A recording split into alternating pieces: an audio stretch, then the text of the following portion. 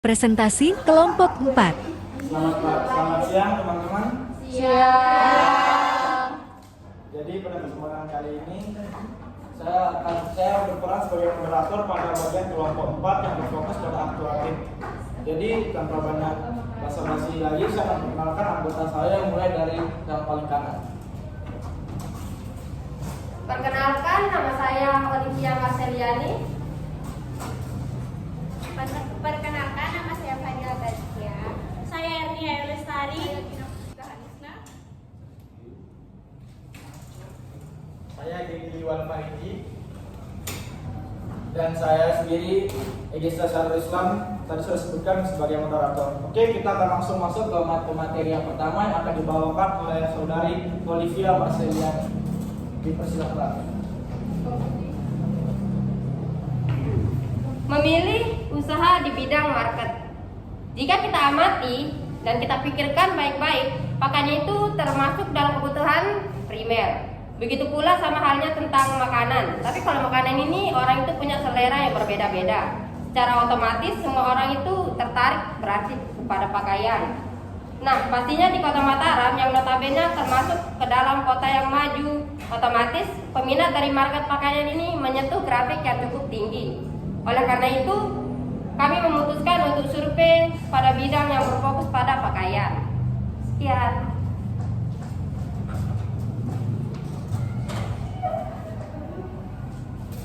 Oke, jadi untuk materi yang kedua akan berjudul langkah-langkah untuk mengembangkan bisnis yang akan dibawakan secara langsung oleh saudari Fadila Tazkia. Waktu dan tempat dipersilakan.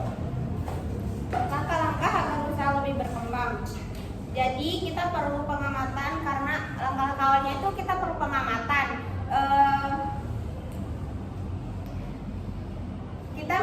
Kita amati rencana apa yang bakalan kita lakukan ke depannya. Jadi langkah pertama itu kita harus amati pasar dulu. Dan yang kedua itu kita amati masyarakat. Kira-kira apa yang dibutuhkan oleh masyarakat dan bagaimana tentang di pasarnya itu. Meskipun nanti misalnya kan ini kita bergerak di bidang pakaian. Nah misalnya nanti walaupun kita kayak punya fashionnya itu kayak bagus gitu, brandnya bagus, tapi kan kita belum tahu nih kemampuan masyarakat kedepannya yang ada di masyarakat itu kayak gimana. Percuma kalau kita punya kayak pakaian yang mahal kita jual gitu, sedangkan kemampuan masyarakat itu kan minim. Jadi kan usaha kita nggak bisa berkembang. Jadi kita lihat dulu kemampuan masyarakat, apa yang diinginkan oleh masyarakat, terus kebutuhannya apa. Nah itu baru kita bisa jalanin bisnisnya itu supaya usaha kita itu bisa berjalan, bisa berkembang gitu. Supaya kan kalau misalnya cuma kita perhatiin masyarakat nih, kita bisa aja sih kalah sama bisnis yang lain itu yang mereka itu udah ngamati pasar terlebih dahulu gitu ya. Jadi kita itu mengamati pasar dan masyarakat.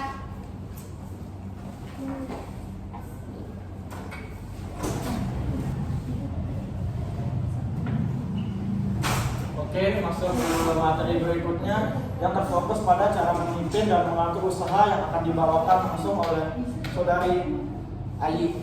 Dipersilakan.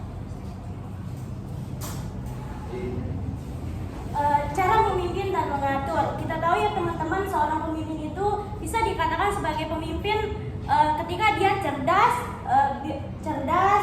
seorang pemimpin harus cerdas dan harus pintar melihat situasi dan sertanya bertanggung jawab. Nah, bagaimana sih caranya seorang pemimpin ini mengatur perusahaan tersebut? Bisa saja dengan cara menjalin komunikasi yang baik antara staf. Dimana kalau sudah menjalin komunikasi antara staf yang baik itu, seorang perusahaan itu akan berjalan dengan efisien dan efektif.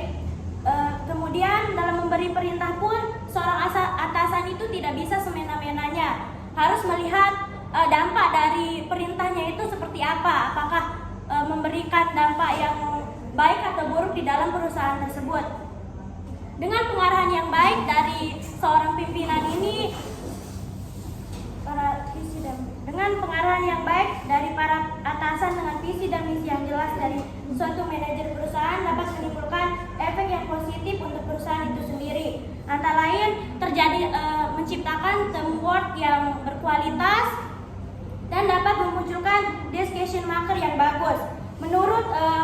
Atmosi Dirjo, karena decision maker dan teamwork dalam suatu perusahaan adalah kunci kesuksesan perusahaan itu. Sekian.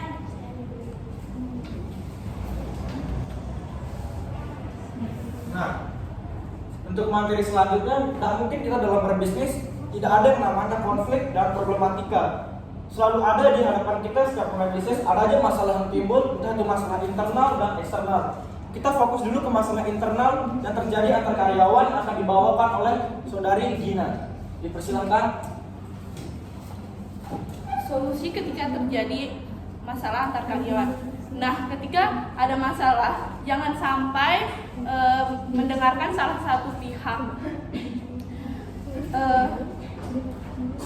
Kalau bisa satu dipanggil dan dikumpulkan bersama. Apa masalahnya? Karena yang terbaik untuk menyelesaikan suatu masalah itu dengan bermusyawarah. Nah, gimana jalan keluarnya? Apa masalahnya? Jangan sampai ada yang saling menyalahkan.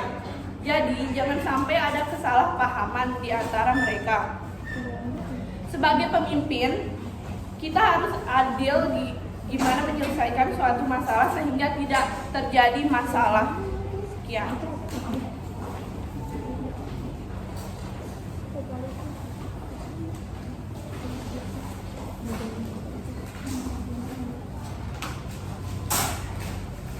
Oke, jadi untuk materi berikutnya teman-teman, bagi yang sudah memulai bisnis, tidak mungkin bisnisnya akan selalu berjalan lancar, bukan? Akan ada hambatan-hambatan, apalagi kemungkinan terbesarnya kebangkrutan. Jadi untuk mengantisipasi apabila kemungkinan terburuknya yaitu bangkrut itu terjadi, kita harus menjalankan solusinya dari sekarang. Itu akan dibahas secara mendalam oleh teman saya, pematerinya bernama Denny. Dipersilakan. Oke teman-teman, di sini kami menuliskan ada 4 cara supaya kita terhindar dari kebangkrutan.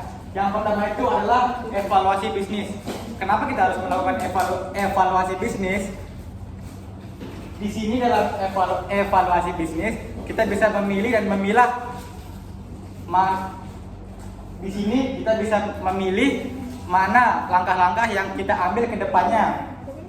Contohnya langkah yang A kurang pas, kita ambil langkah yang B, itu pun selanjutnya. Yang kedua itu adalah pertimbangan ide dari karyawan. Nah, di sini kita akan mengadakan rapat-rapat kecil.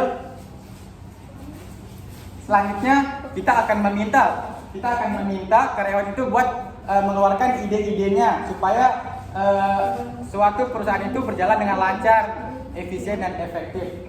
Selanjutnya meminta pendapat dari profesional atau staf ahli. Berikutnya meningkatkan pelayanan terhadap pelanggan dan meningkatkan efisiensi. Oke, sekian, terima kasih.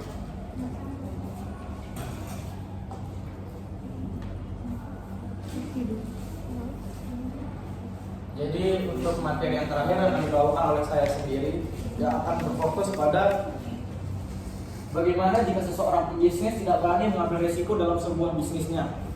Jadi kita tahu ada yang namanya risiko di dunia bisnis. Apa itu risiko? Risiko itu segala berbagai macam variasi dari hasil. Ada yang bisa berhasil, ada yang juga enggak. Itulah namanya risiko. Jadi gimana kalau seorang pebisnis tidak berani mengambil risiko? Pasti ada sebab akibat kenapa dia tidak berani mengambil risiko, bukan? Nah, kita tahu menurut kalian nih, apa salah satu penyebab seorang pebisnis tidak berani mengambil risiko? Takut gagal, benar sekali. Takut bangkrut juga bisa. Nah, itu menjadi salah satu penyebab kenapa seorang pebisnis tidak berani mengambil risiko, teman-teman. Tapi ketika dia takut gagal, takut akan bangkrut, apa penyebabnya? Apa akibat yang timbulin dari keputusan itu, teman-teman? Dia ada akibat yang timbulin. Yang pertama, usahanya atau bisnisnya kemungkinan besar akan nge-stuck di situ-situ aja. Maksudnya dalam artian dia tidak akan berkembang bisnisnya. Dia misalnya memiliki omset 10 juta nih, tapi dia punya rencana, saya mau pendapatan saya 15 juta sebulan. Dia punya rencana tapi dia tidak berani mengeksekusinya. Jadi pendapatannya itu kemungkinan besar akan nge-stuck di situ aja. Nah, di dalam kita mengambil risiko ini ada namanya pemanajemen risiko. Jadi mana itu harus kita perhitungkan baik-baik dari segi perencanaan, sampai akhirnya kita harus eksekusi. Nah, perencanaan yang matang itu akan didukung oleh eksekusi yang baik. Nah, dari situlah akan terjadi 50-50 teman-teman. Yang dimana 50-50 ini, jika kalian berhasil mengambil resiko dan melewatinya, usaha kalian akan terbang ke bulan. Artinya melesat tinggi omsetnya. Dan kedua, kalau kalian gagal dalam mengambil resiko, ya bangkrut. Jadi itu aja untuk materi yang terakhir. Sekian dari saya, terima kasih.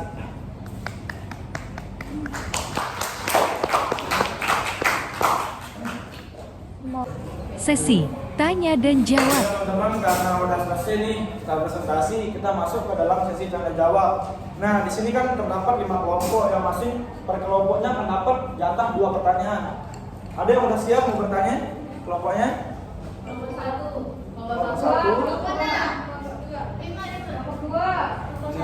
Urutan aja ya caranya, dari kelompok 1, 2, 3 dan seterusnya.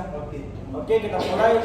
Dipersilahkan kepada kelompok 1 untuk mengarahkan pertanyaannya. Langsung dari satu seksi. Satu tanya jawabnya sama.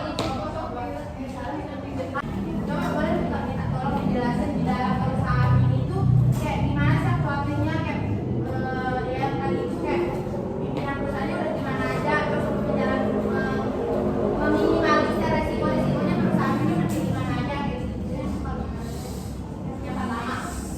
Yang kedua, ini kayak misalkan kayak di bidang keuangan itu menyesuaikan tugas keuangannya itu dengan tujuan perusahaannya. Ya, itu. Ya, kurang lebih. Dari kelompok 2 dipersilakan.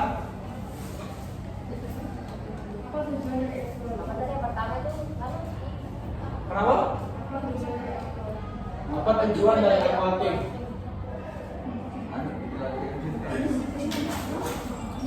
Pertanyaan yang kedua.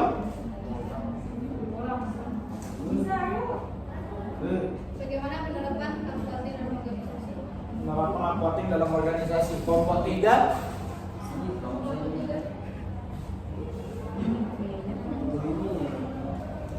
Kalian di sini tuh accounting kan? Apa sih maksudnya? Ya, pengawasan. Nah, pengawasan atau pengarahan ya kan? Pengawasan, pengarahan masih Ya, dalam ya. Misalkan nih, kalian udah melakukan pengarahan atau pengawasan, tetapi di karyawannya itu ada yang kayak melenceng gitu. Berarti nggak kayak ada? Ya. Apa yang kalian lakuin untuk mengatasi hal itu? Mengatasi permasalahan Iya. karyawan. Iya. Pertanyaan nomor 2. Yang kedua tuh apa fungsinya? Kenapa di setiap perusahaan tuh harus ada pengawasan, harus ada itu, ya apa fungsinya? Ya. Oke, kepada kelompok 5 dipersilakan. 5.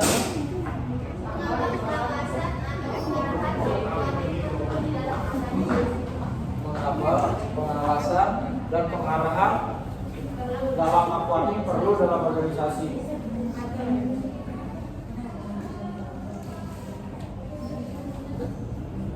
Pertanyaan nomor 2.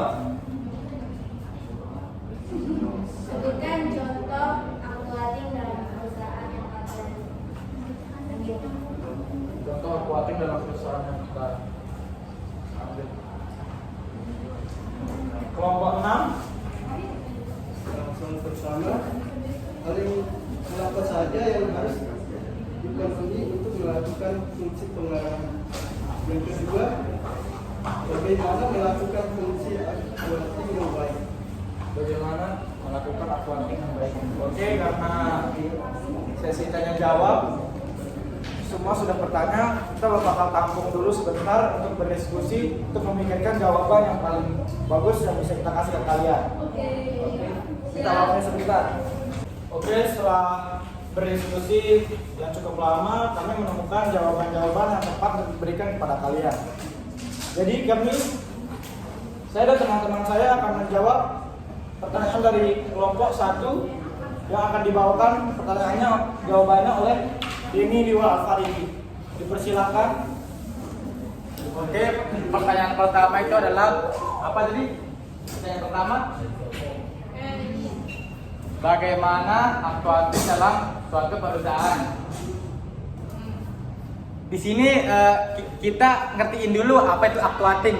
Nah, aktuating itu adalah suatu pergerakan di mana bos bagaimana bos ini melakukan motivasi terhadap staf-stafnya.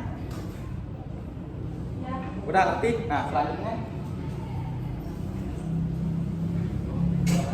yang kedua.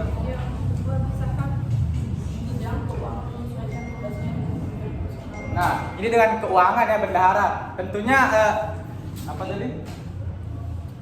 Bisakah bidang keuangan itu menyesuaikan tugasnya? Oh iya, saya jawab nih tentu bisa. Kenapa bisa? Karena kita tuh pertama melakukan seleksi kenapa saya bilang bisa? Karena kami karena bosnya itu memilih bendahara-bendahara yang hebat. Kenapa saya bilang hebat? Karena dia melakukan seleksi dari orang yang terhebat.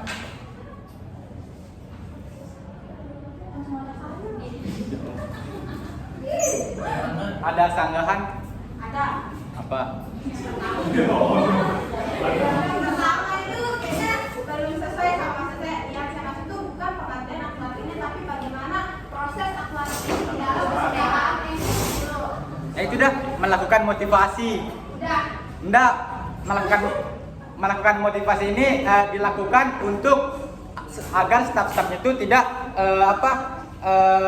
energinya itu tidak turun naik. Udah. Oke, sekian dari saya. Jadi teman-teman kita akan langsung masuk ke dalam pertanyaan kelompok 2. Mana kelompok 2? Depan kelompok 2. Pertanyaan kelompok 2 akan dijawab oleh Saudari Gina. Mohon dipersilakan. Pertanyaan dari kelompok 2. Yang pertama itu, apa tujuan dari aktuating?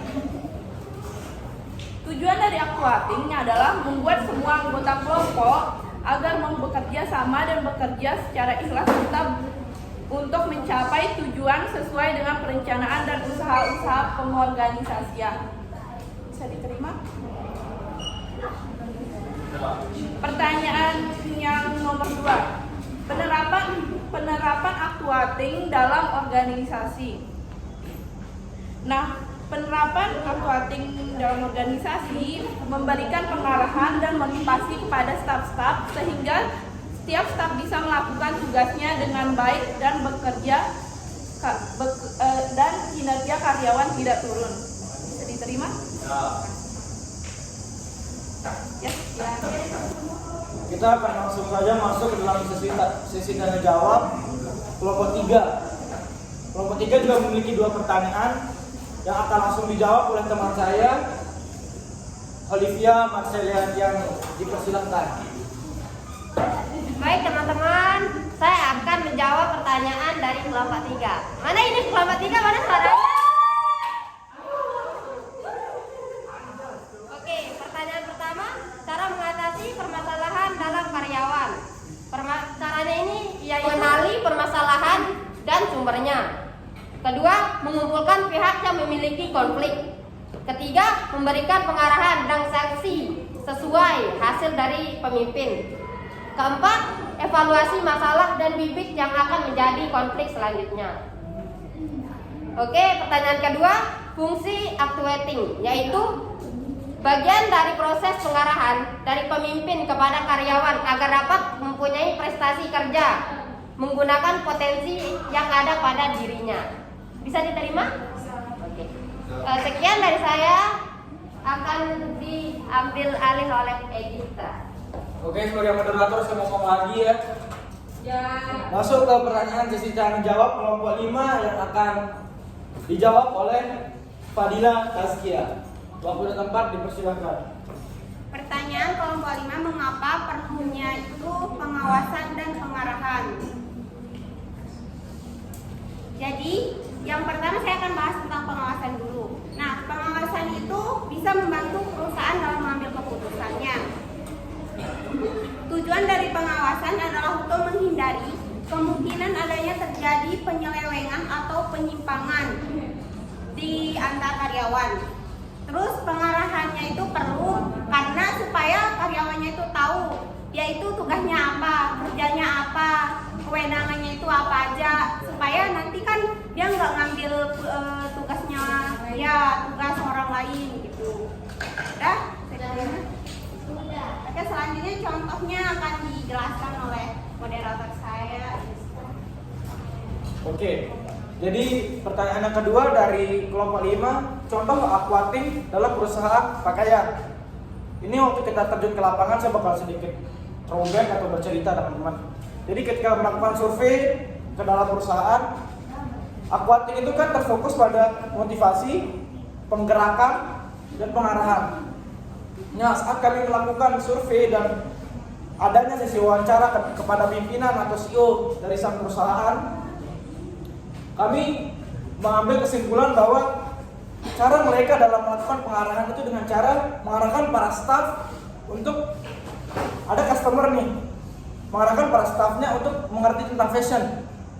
Karena sebagai pelayan atau pakaian itu juga harus mengerti tentang fashionnya gimana fashion yang sedang berkembang di perusahaan itu. Jika karyawan tidak mengerti hal itu atau staf tidak mengerti, yang ada malah miskomunikasi antara customer dan staff. Itu cara mereka melakukan pengarahan dan penggerakan. Dan yang kedua ada motivasi. Jadi cara sang perusahaan dalam melakukan motivasi ini teman-teman dengan cara dia briefing, melakukan briefing paling sedikit sekitar 1 bulan dalam 1 kali. Yang dimana briefing itu terdiri dari evaluasi, yang kedua berisi tentang motivasi, yang dimana yang ketiga akan ada door prize.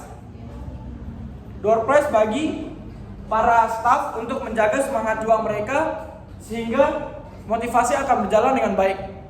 Sekian, apakah ada sanggahan? Terima kasih. Oke, pertanyaan dari kelompok 6 akan dijawab oleh Hernia Ayu Lestari. Waktu di tempat dipersilahkan. Baik, saya akan menjawab pertanyaan dari kelompok 4. Pertanyaan pertamanya yaitu hal apa yang harus dipenuhi untuk kelompok 6. Pertanyaan pertamanya itu hal apa yang harus dipenuhi untuk melakukan fungsi aquating ini. Yang pertama berawal dari seorang kepemimpinan. Seorang pemimpin pada sebuah pengarahan merupakan skill yang harus dipenuhi. Jiwa kepemimpinan juga biasanya ditimbulkan jika seorang diberi wewenang dan diberi ruang aktualisasi diri, sehingga dalam pelaksanaannya terdapat proses pembentukan karakter.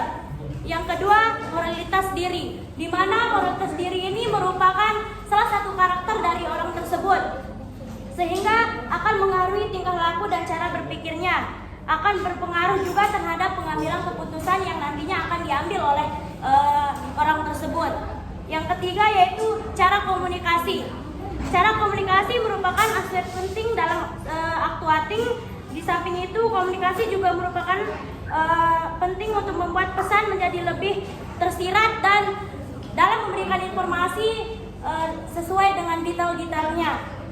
Yang keempat yaitu ada insentif, di mana perangsangan merupakan hal yang penting karena bisa membuat seseorang melakukan sesuatu dengan spontan.